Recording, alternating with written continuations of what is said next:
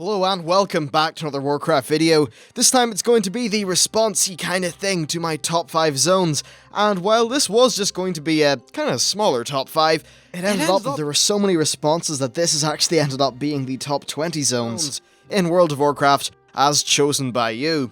So in case you're not up to date, I do have an older top 5 video. It's about 35-40 minutes long and it's actually was a ton of fun to do. And basically in that, I asked people to leave their top 5s and then I would compile a list to see what the most people agreed on. And damn, a lot of you did. There's over 120 comments on that video. So what I did was I would take everything that was rated 1, 2, 3, 4, 5 on everyone's list, and I would give first place 5 points and I'd give 5th place 1 point. That probably doesn't make much sense, but whatever. Then I tallied them all up and we have our list.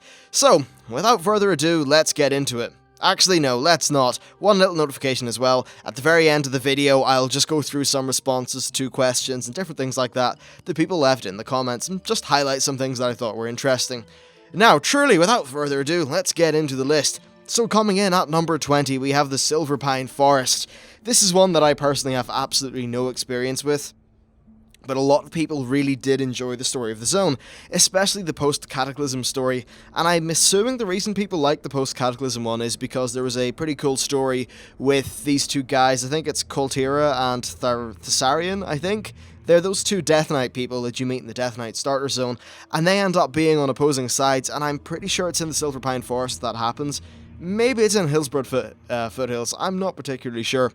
But anyway, there's quite a cool story going on here with the fight against the Worgen and some various things, and overall it does seem like a very nice atmospheric zone. So I can't personally give it the stamp of approval, but hell, people liked it enough. Anyway, coming in at number 19, we have the Barrens. This is just massive nostalgia at all front. Personally, I really did enjoy the post-Cataclysm questing here, and I think that the place looks fantastic.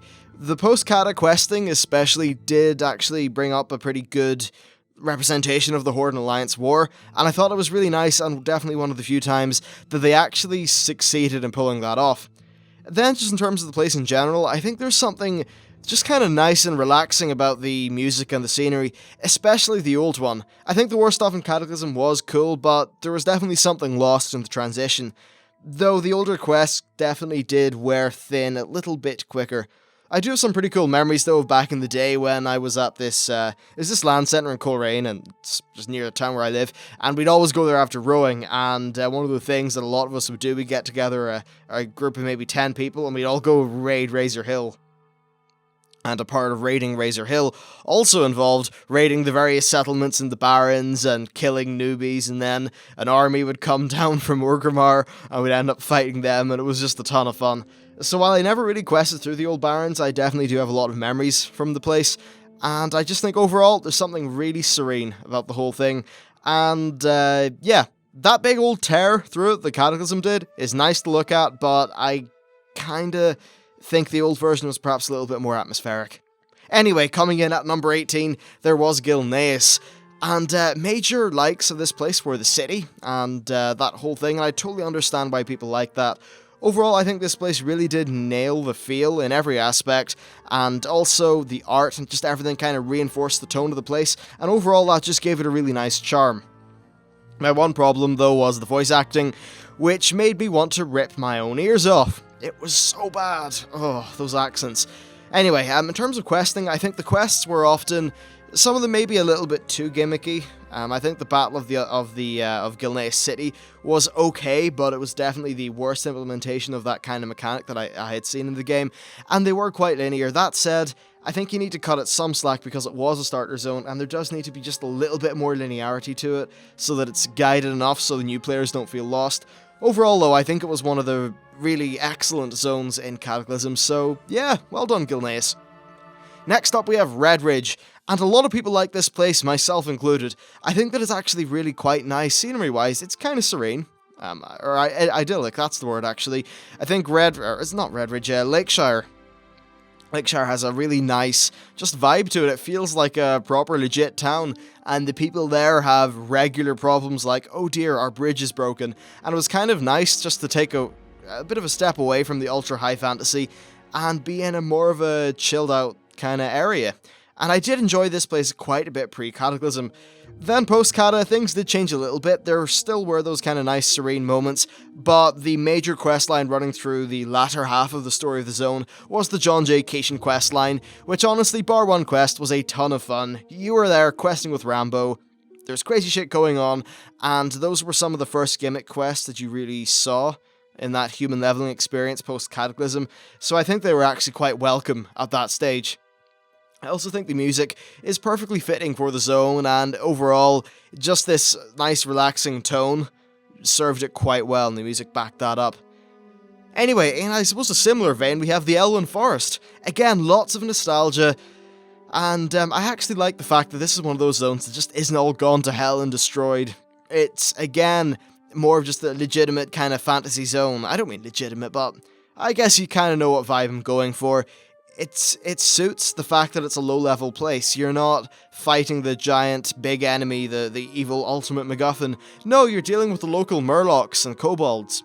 And actually, for the heartland of the human kingdom, they are problems that make a little bit more sense. And I think that overall works just quite well. Then, of course, Goldshire itself is pretty damn iconic for many of us, as it was the first settlement that a lot of us had ever visited, and I think that was really nice. Then I'm sure plenty of people remember the damn Murlocs near Eastvale logging camp. They killed me quite a lot back in the day. Then, of course, good old Hogger. Overall, though, I just think Elwyn was nice, it was relaxing, and it was a very good second zone. So, yeah, it gets my personal stamp of approval. Then, coming in at number 15, we have the Thousand Needles. And I think a lot of pre-Cataclysm people like this place. I didn't see anyone mention the post-Cataclysm version in a positive light. So I think, I agree. Back in the day, the pillars were really striking, and the Shimmering Flats was really quite cool. Now, the only place that I quested in was the Shimmering Flats, because as an Alliance player, that's the only place there that I could quest, so I did miss out on a lot of that Horde stuff in and around the actual pillars. But the Shimmering Flats, I think while it wasn't the most high-octane, I guess, with the actual quests themselves, it was kind of cool having the Goblin racetrack, and it just had this nice feel and tone to it. And I think I'm pretty sure I actually made the point of going there in 2 characters just because I liked the place. Anyway, so that was cool. And also, with the Shimmering Flats, they did this great job of really feeling like they were very expansive. I guess that's because, with the view distance up at max, you could pretty much see the whole, breadth of the area. Now, I actually think that they've ruined this place in Cataclysm. The whole flooding thing just took away the charm of those pillars, or at least most of the charm of the pillars. Okay, it's still kind of cool being on these floating islands and stuff, but I definitely prefer the old way, I'll just say that. I do think, though, that the Cataclysm version had a pretty good story. That whole battle between the Taurens, specifically the Grim Totems, and the Twilight's Hammer clan, was pretty damn cool. So, fair enough. I actually have a Worgen sitting in there, and the Worgen has been sitting in that zone for 2 years, and I haven't touched it, but I probably should make the push and start leveling that guy up again. Anyway, next let's move on to Mulgore. This is again lots of nostalgia for a lot of people, and I have been leveling a Tauren quite recently actually, and you've probably seen that through my Q&A series. I think this is a really relaxing zone, and the visuals are really quite nice. I can see how the quests would wear thin though, they're not very interesting and sometimes they're a little bit spread out, but overall though, I think that the zone feels quite massive, and the sheer... I don't want to say the sheer enormity because it's not a massive zone, but at least that feeling of size in combination with the color palette and aesthetic theme of the zone, it just gives this really nice kind of Great Plains vibe. If you know what Great Plains are, it was a region in America, and I don't want to bother going back into all that history. But anyway, I just think Mulgore was really cool, and they nailed the aesthetic, and it felt like it was very much within the same tone as the Tauren, which was very well, worked out very well. Anyway, so at number 13 we have Netherstorm, and this place is mainly here, I think, for its atmosphere and its design.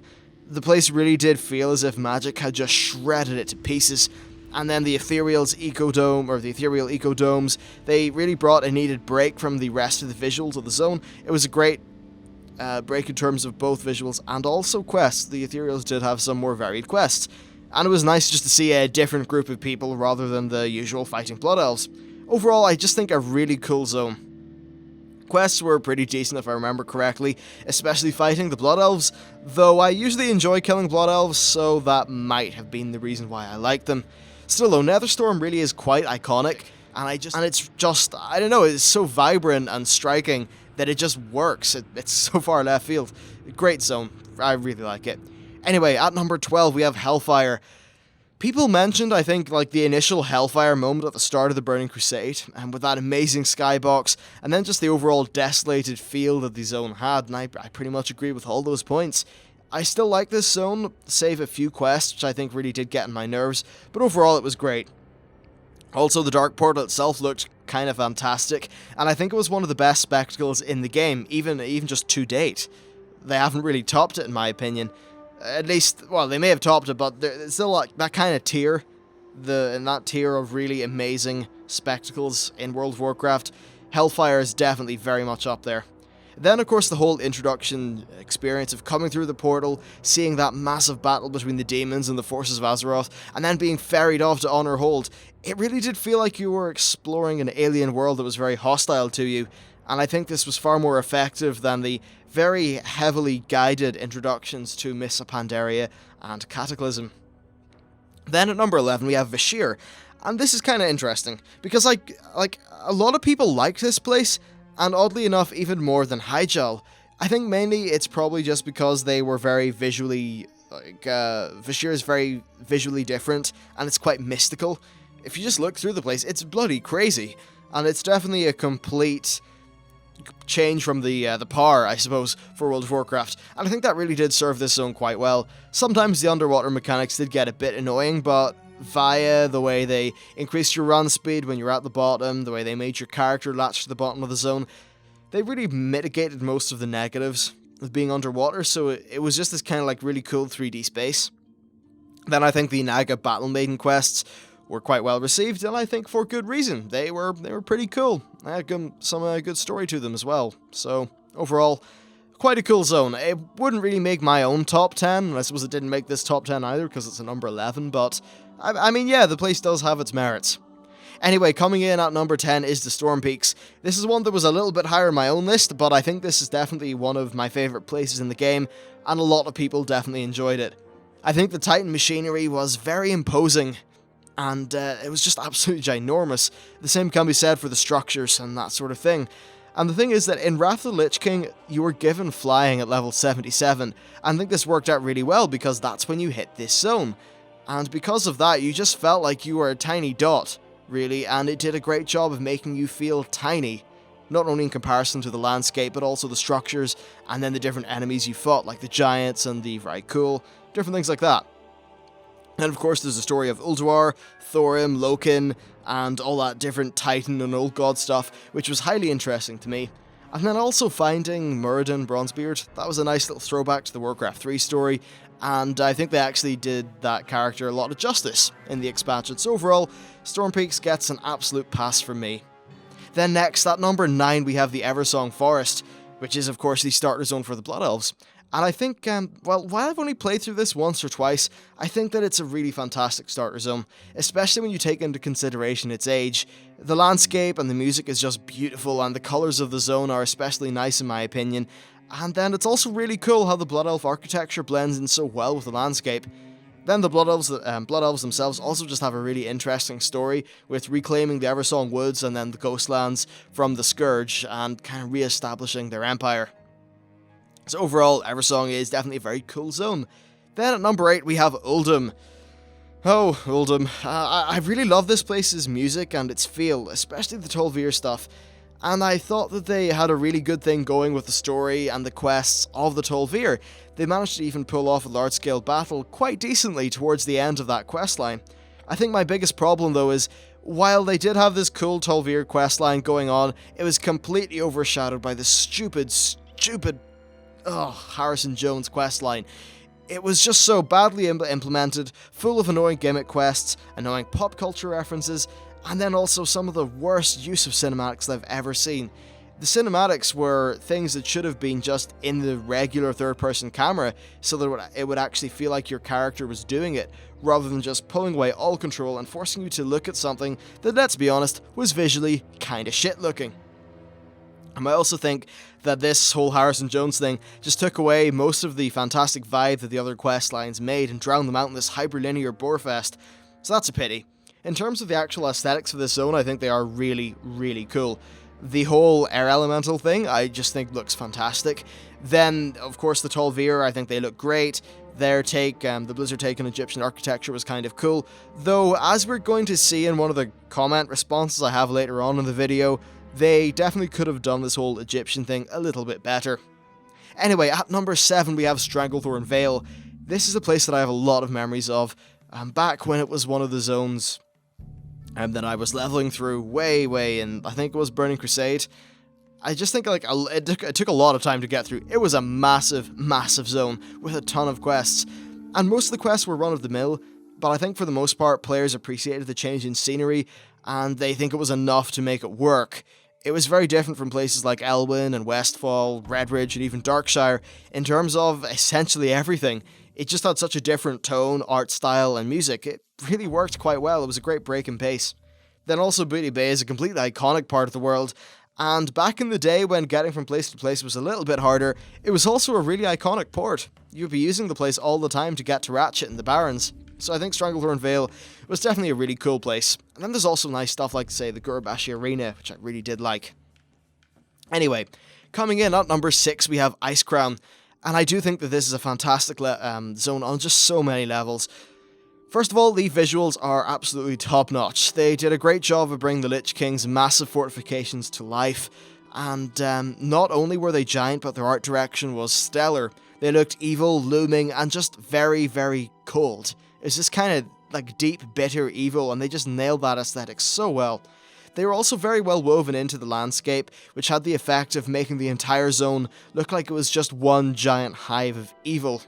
I think also the music was very, very atmospheric, and this backed up the visuals nicely.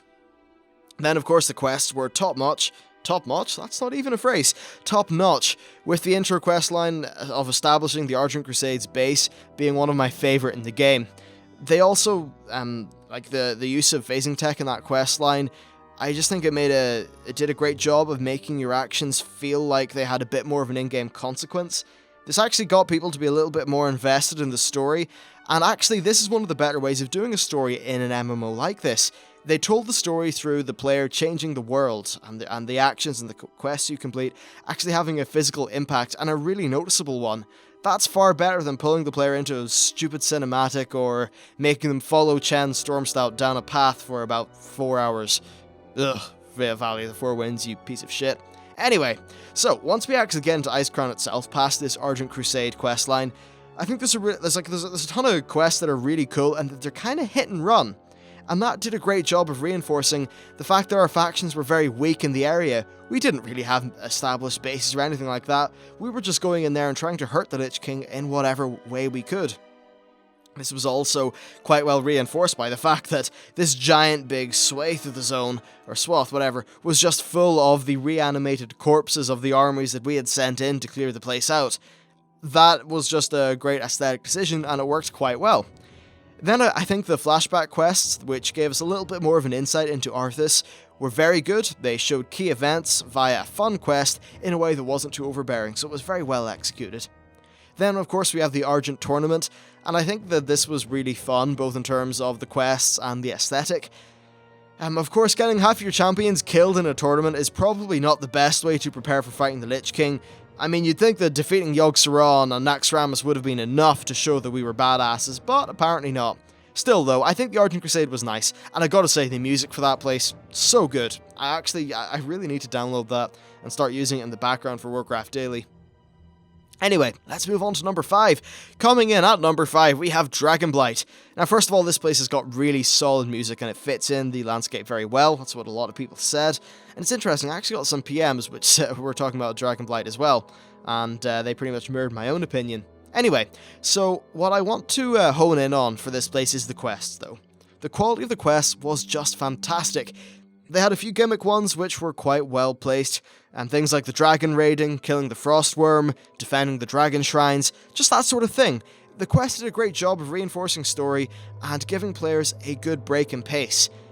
And when I say a great break in pace, really what was great is that they had 3 different stories going on throughout the zone, with the main ones being, of course, the Nexus War and Naxxramas. And before I go into those quest lines in specific, it was just nice having the 3, because you could jump from questline to questline in whatever way you saw fit. It made it feel like you were an adventurer, and I just think that's a very important thing to reinforce in an MMO, where you are the adventurer.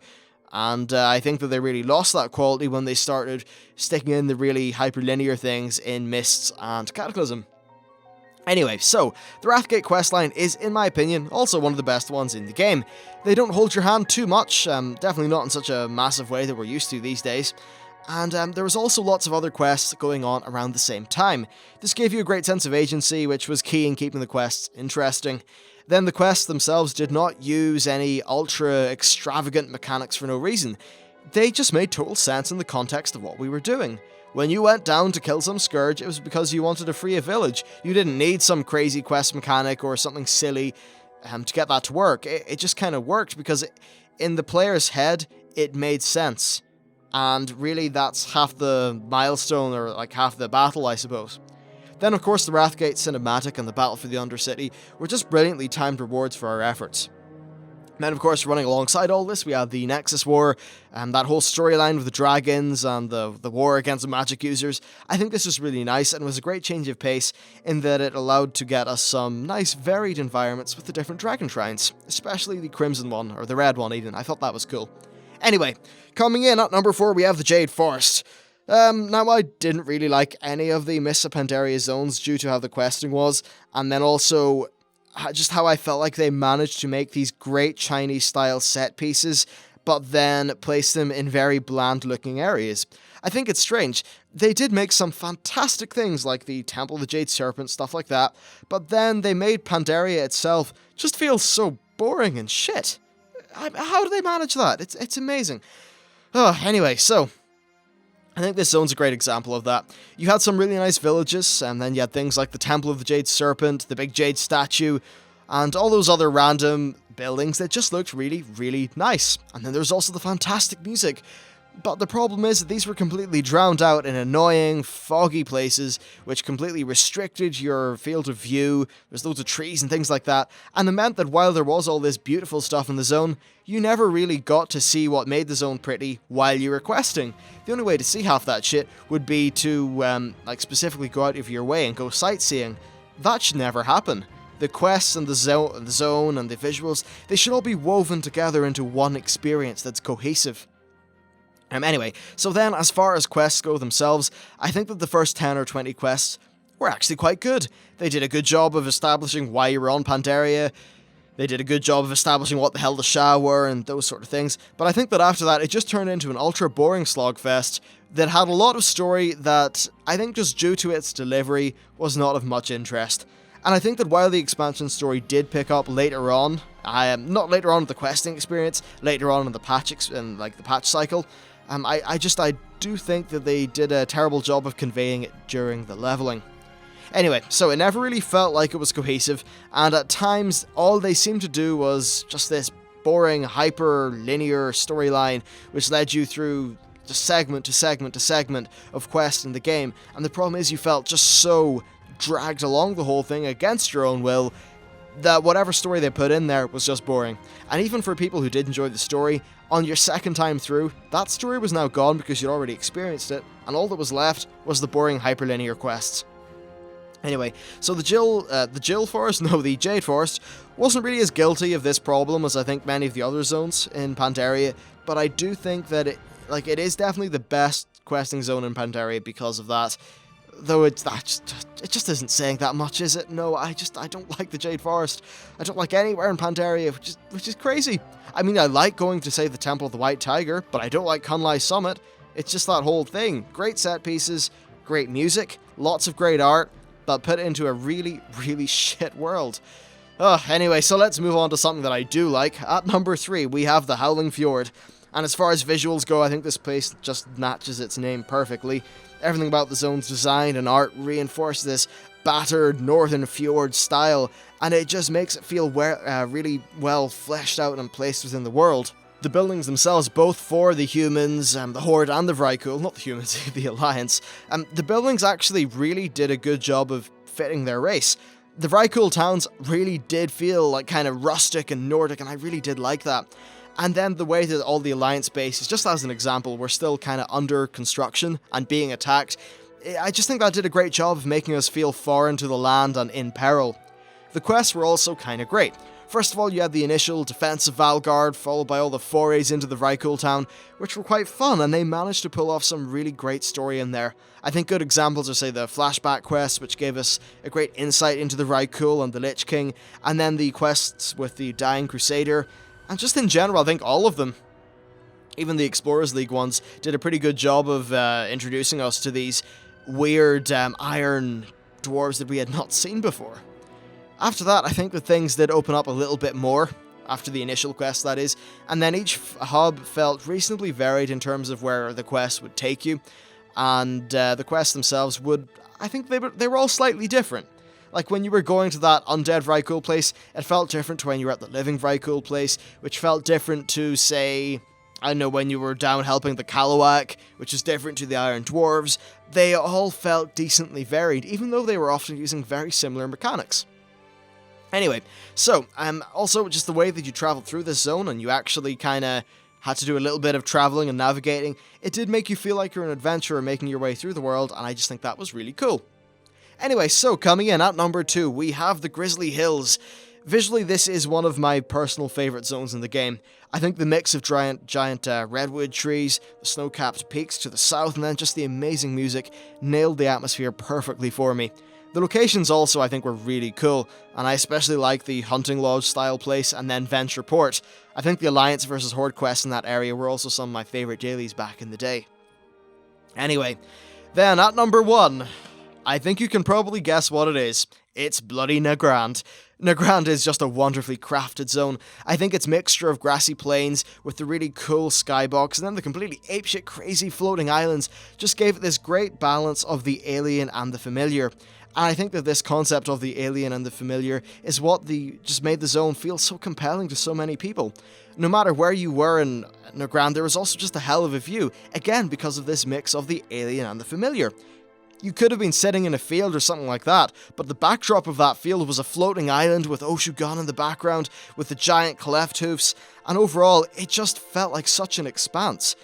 The fact that your visual, your field of view wasn't really hemmed in by extreme amounts of visual clutter, also just had a great, it did a great job, I suppose, of making the zone feel really vast. And that was very important because you always felt like you were you're just a tiny dot in this giant, alien, brutal world, and I think that was really cool. One of my problems with the Jade Forest, actually, is how they did hem in your visual radius or whatever so much that you couldn't really see the cool shit. No, in Nagrand they let you see the cool shit, and it was nice. Then, of course, there was the set pieces like Oshu'gun, the Circle of the Elements, Hala, and then the various floating islands that were around the place. They really just made things feel quite varied, and you often felt like you were questing in the presence of something that was really massive and cool. Quest-wise, I think things were rather simplistic, but the locales were varied enough, and they did give you a decent amount of freedom, so it didn't really get that old to me. I think there was also some great things like the large group quest bosses, and then the Ring of Blood that are just truly iconic. Anyway, so that is our list done. That is not the end of the video though. I do have, coming up the more interactive part. Basically, I'm going to take some of your comments from the original video that I thought were interesting, and then some questions you left, and I'll just highlight the stuff that I thought was interesting. So number 1, this is in regards to Oldham, and it's from a guy called Osiris, something like that. Anyway, Osiris Knight, that's his name. Osiris Knight. Hey, you know what? One of those 10, it's probably you. Anyway, he, like me, feels that Oldham was a completely wasted opportunity.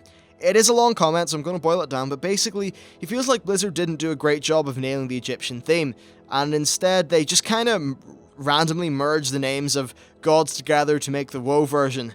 Basically, instead of taking the WoW angle of Egyptian history, and then making it their own, they just kind of did a pretty cheap copy job.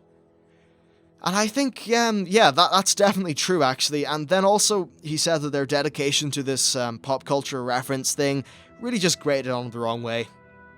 Honestly, I totally agree. And probably based on your name, I think that you know a great deal more about Egyptian stuff than me. So all those different glaring problems would have been far more annoying to you. And that, I guess it makes sense. And in a game like this, they do have to cater to the majority a little bit more. So I suppose it's understandable how they may have done, maybe just made things a little bit cheap. But I kind of do know what you were getting at.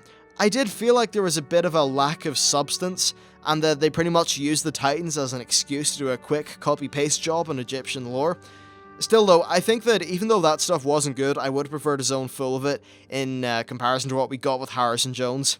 I fucking hate Harrison Jones, he's a dick. Anyway, on to the second one. This is just from the Sajibo, and he said that the Crusader Bridenbard quest, which I should have mentioned when I was talking about Icecrown Citadel, and that it's actually a tribute to a Blizzard employee who died of cancer in 2007, and I didn't know that, but I think they really did a great job of hitting that more just kind of sad tone in the quest. And it's really nice how Blizzard do have a tendency of putting in in-game tributes to their fallen, and I think that is nice. It's kind of weird. It's not like, oh yeah, we rewarded you for dying with a thing in the game, but it's definitely a nice way of letting players know that there was a really worthwhile person there who had a bearing on the world, and now they're gone.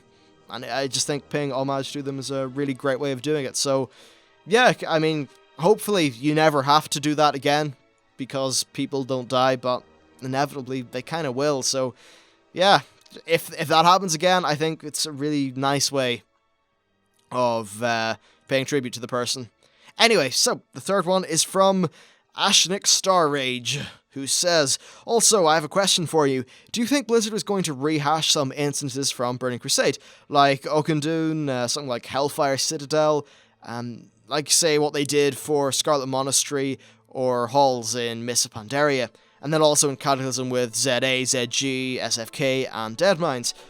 Damn, you remind me just how many rehashes they did in Cataclysm. Well, first of all, I don't think so with the Outland things, at least initially. I think it would be kind of confusing with the current expansion lore, because we're going to be having 35 years ago, or 50 years ago, whatever, Okindun, so it would be weird seeing a rehashed version of the current one with the Outland lore. So at least I think to some people that would be strange. But then also, we are getting the Upper Blackrock Spire, so at least for launch dungeons, we're not going to be getting any other revamps. Or at least probably not. Still though, it isn't out of the realms of possibility for a future patch. Hell, I think that even if it meant getting another dungeon, then I'd still be completely all for it. Then for the fourth one, this comes from Titans Blues, who says that he recommends doing Nagrand as the Horde, and this is actually something that I want to personally do at some point. For those who don't know, there is a quest line which involves Thrall finding Garrosh, and then just finding out who his father is and all those various things. Of course, Thrall did know who Garrosh's father was from back in the day, but anyway, it's pretty cool, and you see Garrosh, well, a very different Garrosh to what we know today. He's living in shame of the bad parts of his father's life, and he's kind of depressed. And yeah, it's good because it's the start of a storyline that's going to be finished when Garrosh finally encounters justice and warlords. So they could go all poetic and kill him off in the ground or something like that. But overall, if you do have the opportunity, I recommend checking that quest out. Then finally, we have something from Rex Terra, who talked a little bit about how just wanting to see the change from Outland to Draenor, and honestly, it's the same thing here. They have a great opportunity to just make some fantastically crafted zones that are perhaps a little bit more well-designed than the Burning Crusade ones. It's also just worth noting that they are designing these things from the base up. It's not like they're just copying the terrain from Outland and redecorating it. No, these are completely different. Personally, I can't wait to see how the Draenei civilization turns out, since it's my main character's race. It has been for years. And yeah, I just think aesthetically the Draenei stuff from the trailers looks fantastic. Then we'll get to see the Akoa, or however the hell you pronounce those people, back when they weren't all twisted. And overall, I just can't wait to see the difference between the two places. Then also, more mysteriously, they haven't really revealed to us what the Netherstorm equivalent area is going to look like. So it's definitely going to be cool to see what that's sort of like. Anyway, that is it for this video. I'm also planning on doing a top dungeons video and then a top settlements video. That's kind of like towns, villages, fortresses, you know, that thing. Though, I do have a lot of exams coming up, well, just 2 or 3, but I actually need to work for them. And then after that, I'll have to go back to university, so it may take a little bit longer to get to them.